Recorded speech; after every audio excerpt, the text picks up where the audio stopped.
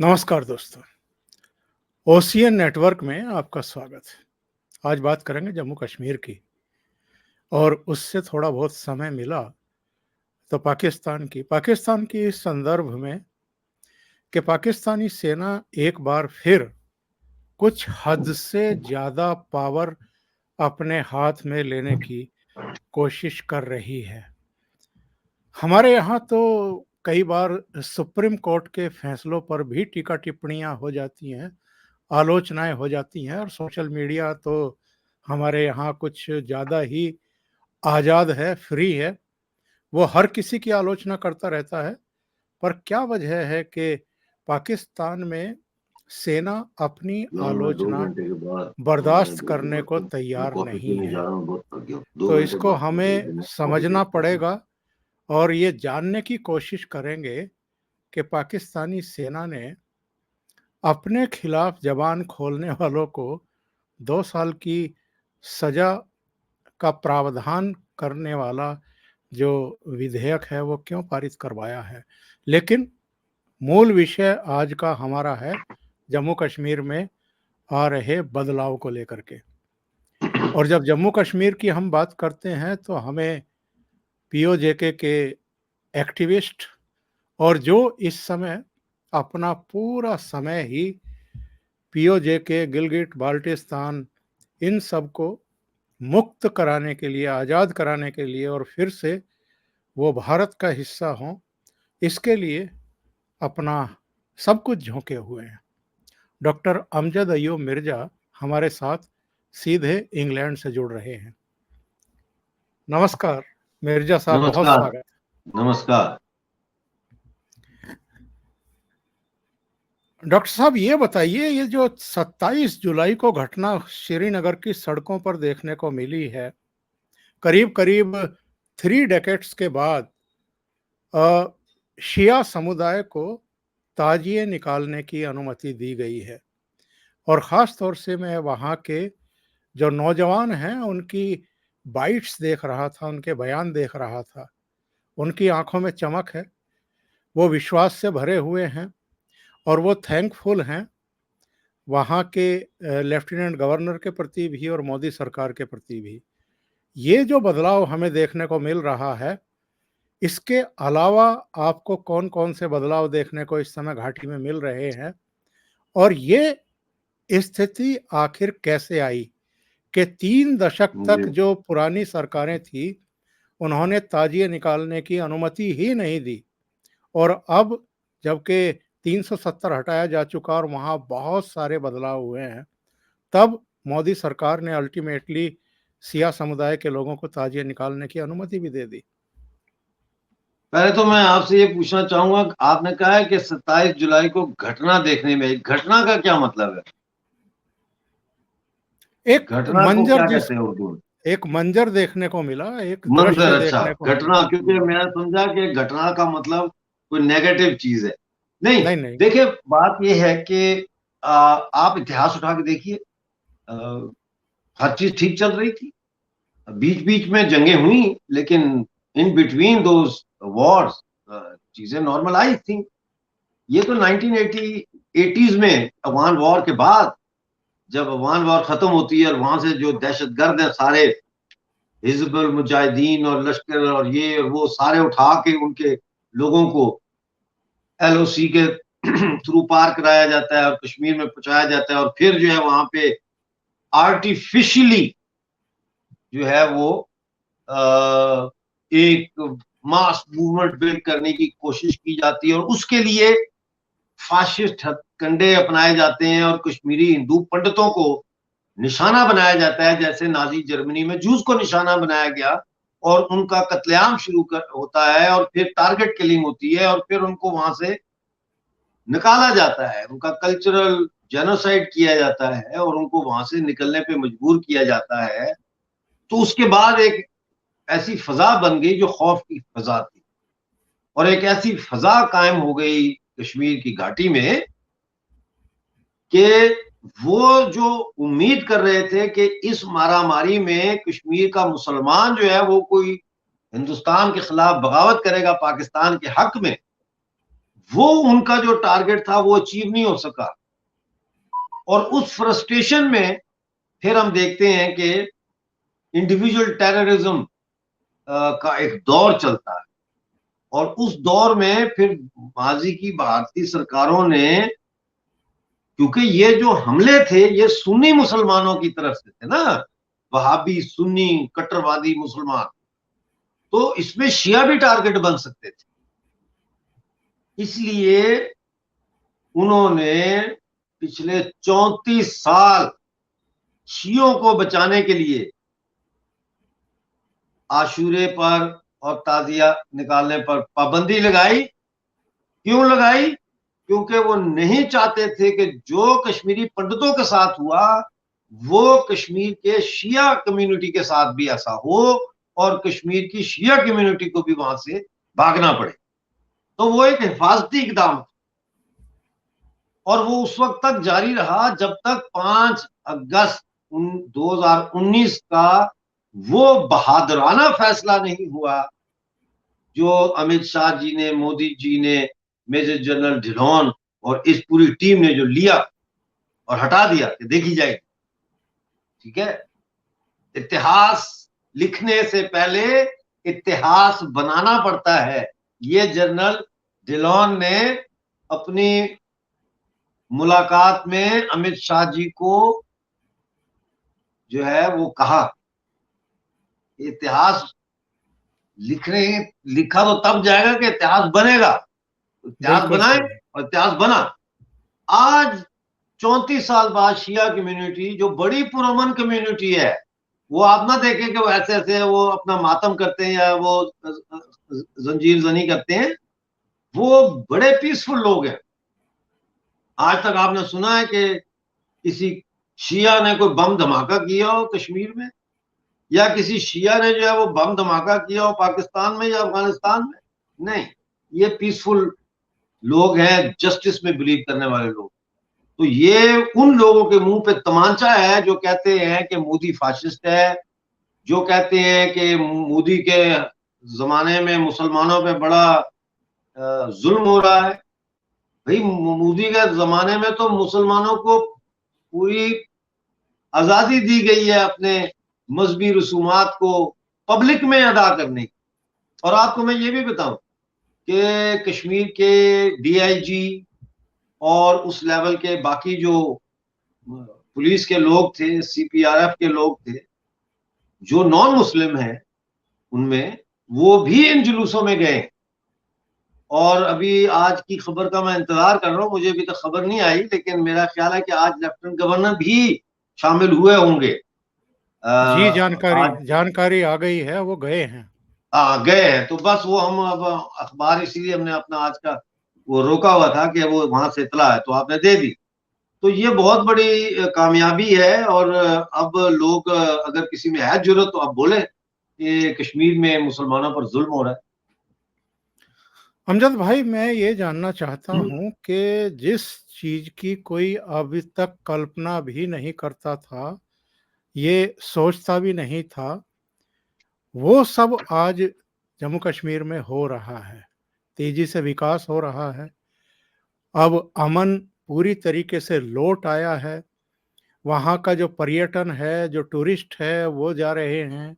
Hotel भरे पड़े हैं। अमरनाथ यात्रा बहुत कुशलता के साथ, सफलता के साथ अंजाम दी गई है, अभी भी अंजाम दी जा रही है। किसी तरह की कोई बड़ी वारदात वहाँ अब नहीं हो रही है, घुसपैठ में कमी आई है। आतंकवादी या तो मार डाले गए हैं या खदेड़ दिए गए हैं, पत्थरबाजी भी नहीं हो रही है। अब स्टेट इलेक्शन की तरफ बढ़ता हुआ दिखाई दे रहा है, जैसी चर्चाएं हैं। ये जो इतना बड़ा बदलाव देखने को मिला है, क्या इसके लिए घाटी का जो आम आवाम था वो तैयार था? और कुछ मुट्ठी भर लोग थे और कुछ सियासतदान थे जो घाटी में अमन नहीं लौटने देना चाहते थे। मुझे एक सेकंड दें, मैं आपके सवाल का जवाब देता हूँ। एक जी ये जी। हेलो।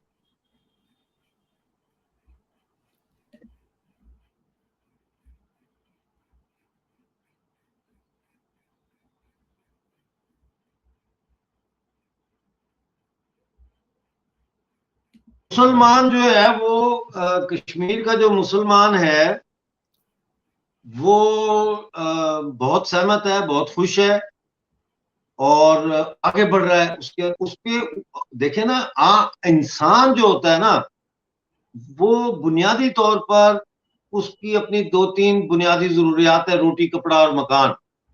जी जी इनके बाद उस ये मिल जाएं तो फिर उसकी जरूरत होती है नस्ल बढ़ाना, यानी शादी करना, बच्चे पैदा करने, जॉब करनी, और फिर उसके साथ अगर वक्त मिले तो कल्चरल एक्टिविटीज करना, रिलैक्स करना, तफरी करना। तो ये सारी चीजें अब बदरजा उत्तम वादी में मौजूद है और फराहम है लोगों को।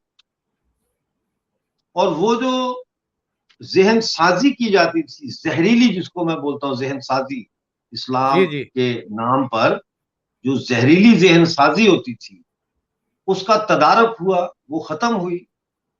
और मैं तो, ये तो बड़े खुशकिस्मत है, अगर मैं वहां पे होता चीफ मिनिस्टर, मैं तो किसी को बर्दाश्त नहीं करता, मैं तो उठा के सारे मौलवी जेल में डाल देता और वहां पे उनको कहता कि अब आप लोग जो है यहाँ बैठ के खुदा के साथ अपना कनेक्शन जोड़ें और दुआ दुआ दुआ करें, बस ये आपकी जगह है। आपने फसाद, मौलवी मुल्ला का काम फी सबीलिल्लाह फसाद, मुल्ला का कोई काम नहीं है, मुल्ला का कोई अमल दखल नहीं है इस्लाम में। आप मुसलमानों के स्कॉलर से पूछें, वो कहते हैं कि मुल्ला तो आया ही बाद में, इंस्टीट्यूशनलाइज जब हुआ इस्लाम, तो खलीफा के जो हुक्म थे, अहकामात थे, और खलीफा के जो वो कसीदे पढ़ने के लिए ये एक क्लास पैदा की गई मुल्ला की, और आज भी वो यही कर रहे हैं।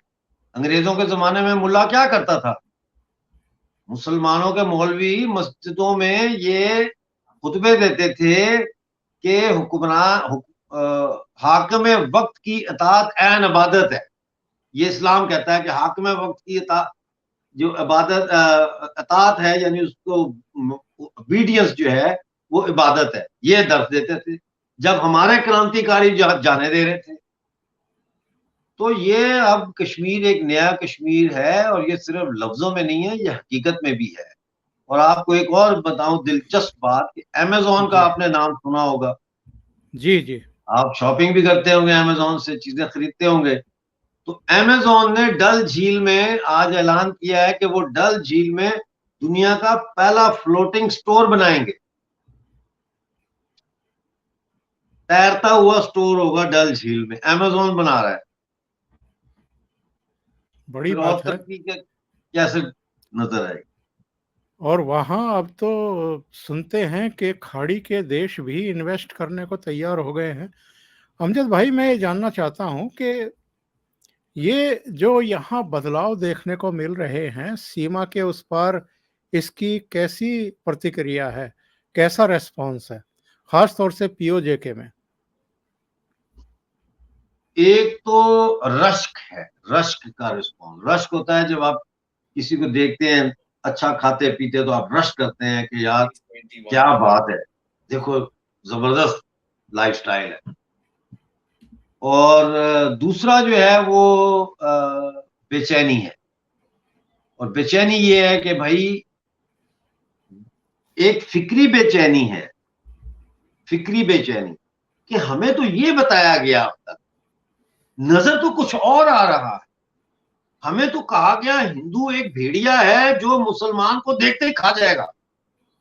लेकिन हिंदू राष्ट्र में Hindu prime minister, Hindu lieutenant governor, उनके जमाने में तो या तो ये अफीम खा के सो गए हैं और लोग बाहर निकल आए, या वाकई में ये लोग कश्मीर को इतनी तरक्की दे रहे हैं और ये जो कुछ हमें बताया जा रहा है ये झूठ है।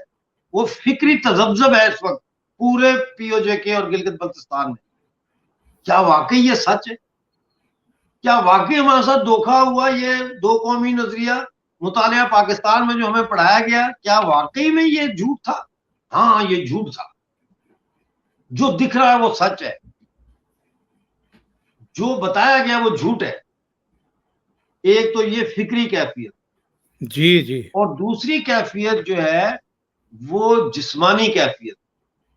जिस्म टूट रहा है, गर्मी से टूट रहा है, लोड शेडिंग है, उसकी वजह से पसीने में शराबूर, सो नहीं पा रहे बच्चे, खुद भी नहीं सो पा रहे, सैलाब के रेले आ रहे हैं क्लाइमेट चेंज के बाद, कोई पूछने वाला नहीं है, सड़कें बह गई हैं, पुल बह गए, सैलाब की वजह से खड़ी फसलें तबाह हो गई हैं, लैंड स्लाइडिंग की वजह से गांव के गांव मिसमार हो गए हैं।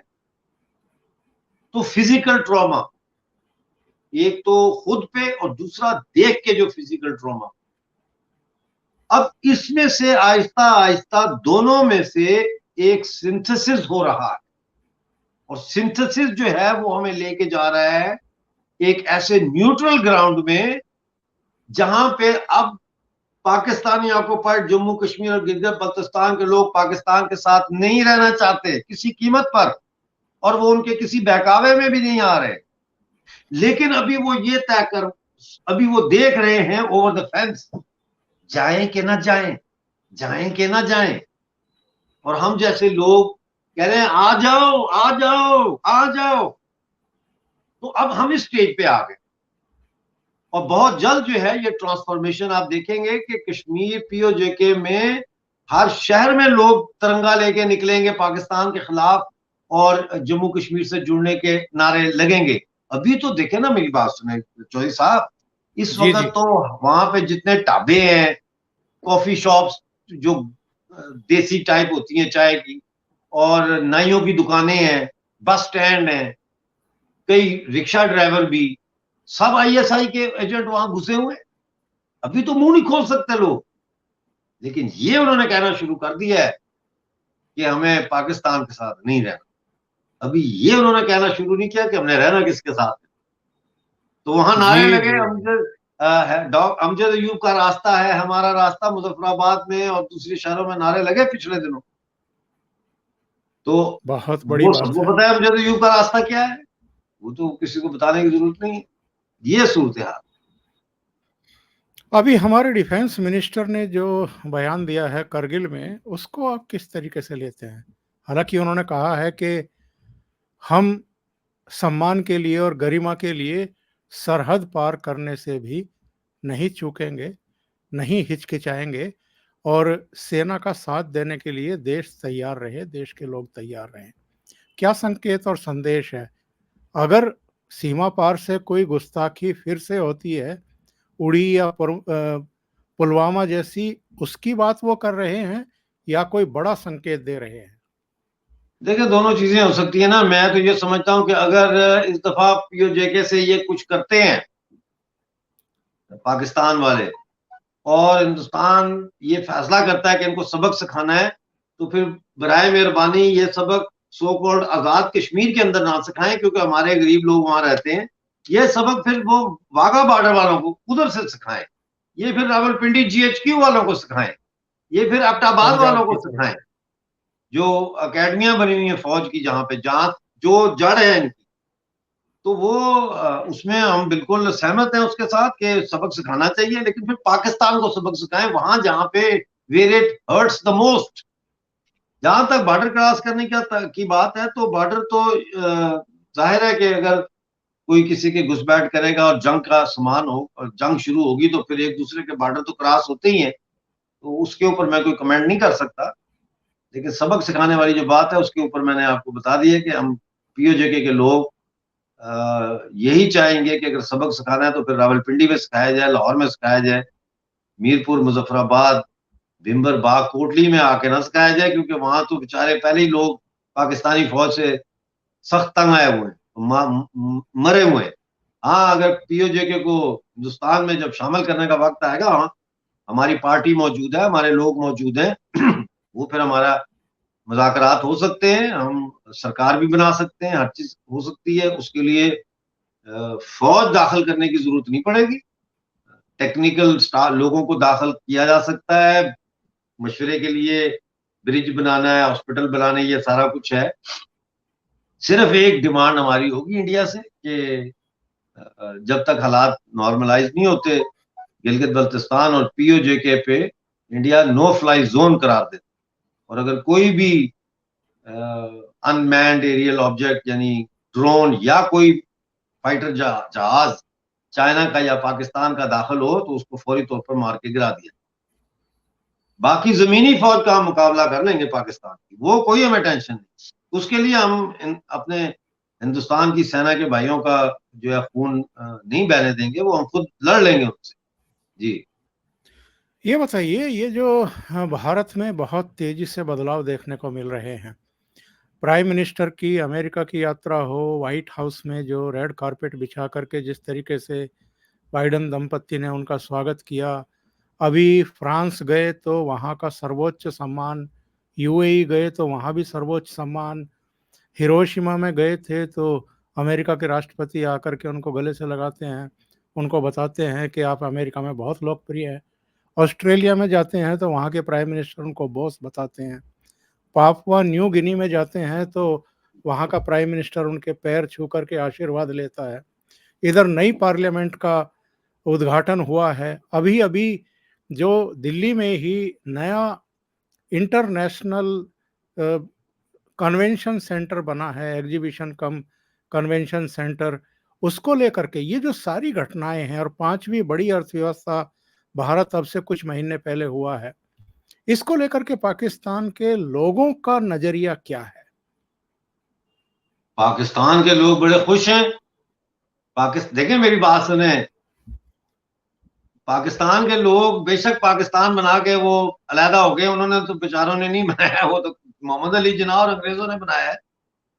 लेकिन अगर मुकाबला इंडिया की टीम का हो और इंग्लिश टीम का हो तो पाकिस्तानी इंडिया की टीम को सपोर्ट करते हैं। खून तो वही है ना चौधरी साहब, खून तो वही, जोश तो मारता है खून।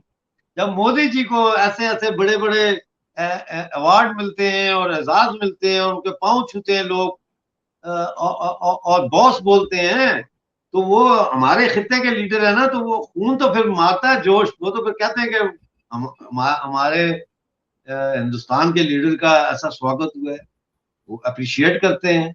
वो कहते हैं, आम यूट्यूब चैनल के आप देख लें पाकिस्तानियों के जो हैं, वो उस पर लोगों के इंटरव्यू किए हैं उन्होंने, तो लोगों ने कहा जी कि मोदी अपने मुल्क के लिए बहुत अच्छा है, किसी ने मोदी जी को कोई बुरा नहीं कहा, बहुत अप्रिशिएट करते हैं पाकिस्तान के लोग।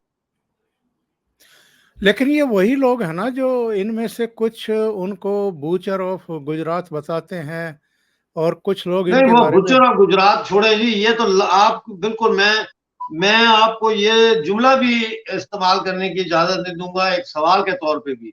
जी, ये जो फजूलियात है, ये तो पाकिस्तान के फॉरेन मिनिस्टर ने ये किया था, और मैं समझता हूँ कि इसका जवाब देने की भी जरूरत नहीं है।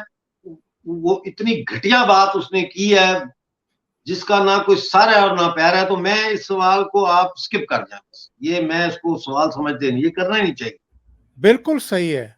और ये जो पाकिस्तानी सेना इधर दिखाई दे रहा है कि फिर से तमाम ताकतें अपने हाथ में लेने की कोशिश कर रही है, क्या इतनी घबरा गई है अपनी आलोचनाओं से, क्रिटिसिज्म से और विरोध से, कि अब इतना सख्त कानून बनवाने पर उतर आई है? देखें, सेनेट ने ये बिल पास कर दिया है कि जो पाकिस्तानी फौज के ऊपर क्रिटिसिज्म करेगा या डिफेम करेगा उसको 2 साल कैद और जुर्माना होगा। जो फौज का मुलाजिम फौज छोड़ेगा वो 2 साल तक पॉलिटिक्स में हिस्सा नहीं ले सकता। जो सीनियर लेवल के लोग हैं वो 5 साल तक हिस्सा नहीं ले सकते, फौजी जो है रिटायरमेंट के बाद। तो बात यह है कि आपको पता ही है 9 मई जो है उसको जो इमरान खान के लोगों ने जो कुछ दंगे फसाद किए, उससे उस वक्त उस दिन तक फौज की तो बड़ी पतली हालत थी। हर जगह ये नारे लगते थे, हर जगह नारे लगते थे कि ये जो दहशतगर्दी है उसके पीछे वर्दी है। और फौज का बहुत अपना भी मोराल डाउन था। बलूचिस्तान में इनकी बड़ी पिटाई हो रही थी और अब भी हो रही है। खैबर पख्तूनख्वा में जो है इनको बड़ा मारपीट हुई इनकी। फिर स्पिन बोल्दक में अफगानिस्तान के साथ इनकी जो झड़पें हुई, वहां अफगानियों तालिबान ने इनको मारा। ये सारा जो है इसमें फौज बिल्कुल नीचे चली गई थी, रिस्पेक्ट में भी और अपनी मॉरल मॉरल ग्राउंड में। तो 9 मई को जो हाफ हार्टेड कू इन्होंने किया, एक किस्म का वो कू था, लेकिन वो हाफ हार्टेड कू था, उसकी प्रॉपर प्लानिंग नहीं थी, वरना तो उस दिन तख्ता उलट जाना था फौज का। तो उसके वो नाकाम हुआ है, तो उसने उसकी आड़ में अब फौज अपने आप को कंसोलिडेट कर रही है और वो मिलिट्री कोर्ट्स कह रहे हैं हम बना के सिविलियंस को चार्ज करेंगे, ये करेंगे वो करेंगे। और ये उसी का सिलसिला है कि अब ये फौज के खिलाफ बात प्रोपेगेंडा रोकने के लिए ये कानून लाया गया है, ताकि वो दरवाजे सब बंद किए जाए जहां से फौज के बारे में कोई क्रिटिसिज्म होता है।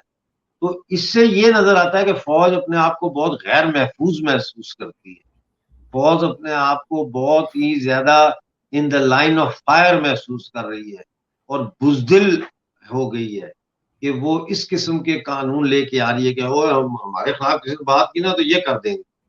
तो उसके बावजूद भी रुकने वाली तो दुनिया नहीं है, क्योंकि सोशल मीडिया के जो है लोग वो सिर्फ पाकिस्तान में नहीं बैठे, पूरी दुनिया में बैठे हैं, तो वो तो चुप नहीं करेंगे। जी। और डॉक्टर साहब, ये शरीफों को बदमाश साबित करके इमरान खान को लेकर के आई थी पाकिस्तानी सेना। इमरान खान से भी नहीं बन पाई। इमरान खान का अब क्या हश्र होने वाला आपकी दृष्टि में?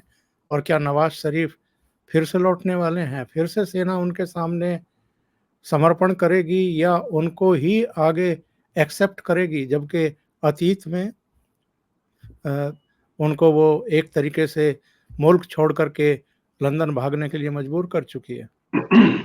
देखें, इसमें जो नजर आ रहा है वो ये है कि इमरान खान को तो कर दिया इन्होंने कॉर्नर। अभी इनका जो खैबर पख्तूनख्वा में सबसे बड़ा एलाई था परवेज खटक, जो कि चीफ मिनिस्टर भी रहा है, उसने अपनी अलग से पार्टी बना ली है, पीटीआई पार्लियामेंटेरियन। पंजाब में भी इनकी बड़ी टूट फूट हुई है, सिंध में भी हुई है। इसके अलावा पीओजे में इनकी गवर्नमेंट चली गई और गिलगित बल्तिस्तान में भी इनकी गवर्नमेंट चली गई इमरान खान। नजर ये आ रहा है, दो चीजें नजर आ रही हैं।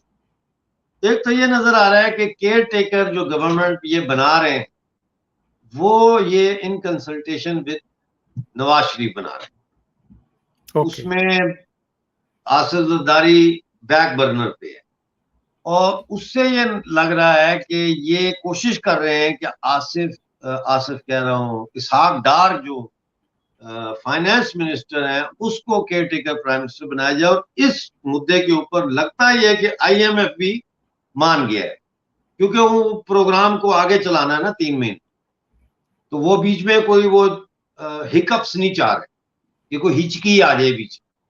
दूसरा ये नजर आ रहा है कि जो जिस तरह ये प्लानिंग हो रही है, नवाज शरीफ साहब का नाअहल का खत्म हो गया, he can contest elections, he was in Saudi Arabia for a while, Dubai, now is back in London, तो यहाँ नेगोशिएशंस हुई होंगी जाहिर है।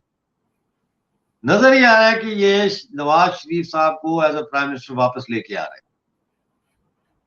अब इसमें यह है कि नवाज शरीफ को लाने से पहले इनका प्लान ये है, जो नजर आता है वो ये है कि ये केयर टेकर गवर्नमेंट के थ्रू हैवी टैक्सेशन इंपोज करने की कोशिश करेंगे। और इनको पावर दे रहे हैं केयर टेकर गवर्नमेंट को कि ये दूसरे देशों से और बैंकों से लोन्स की निगोशिएशन भी कर सकते, जो आज तक पहले किसी केयर टेकर गवर्नमेंट को ये पावर्स नहीं दी गई थी। उनका काम है टेक केयर करें, run daily affairs, organise the elections with the help of election commission and good bye. लेकिन ये कोई वक्री टाइप की केयर टेकर गवर्नमेंट आएगी जो महंगाई को आसमान पे ले जाएगी। और ये जो आईएमएफ से पैसा मिला था ये खत्म कर दिया इन्होंने या कुछ दिनों में अभी खत्म हो जाएगा? मैं जरा चेक करता हूँ, शायद थोड़े से पड़े होंगे। नहीं, वो मेरा ख्याल है खत्म हो गए, मेरे पास तो नहीं है, वो खत्म हो गए। तो अब ये नेक्स्ट किसके दरवाजे जाएंगे कटोरा लेकर के? नेक्स्ट तो ये देखें, अब मैं क्या कह सकता हूँ, नेक्स्ट तो अब ये जाएंगे, खुदा जाने, हो सकता है ईरान के दर पे चले जाएं। इनको खबर तो चली गई होगी कि इंडिया के साथ ट्रेड बहुत बढ़ गया है, तो ईरान के पैसे वैसे हैं ईरान के पास। I don't know, Russia, I don't know. Doctor साहब, बहुत बहुत धन्यवाद ओशियन नेटवर्क के लिए इतना समय निकालने के लिए। आपका बहुत शुक्रिया दावत देने के लिए। Thank you so much. नमस्कार। नमस्कार, जय हिंद, जय जम्मू कश्मीर। जय हिंद, जय हिंद।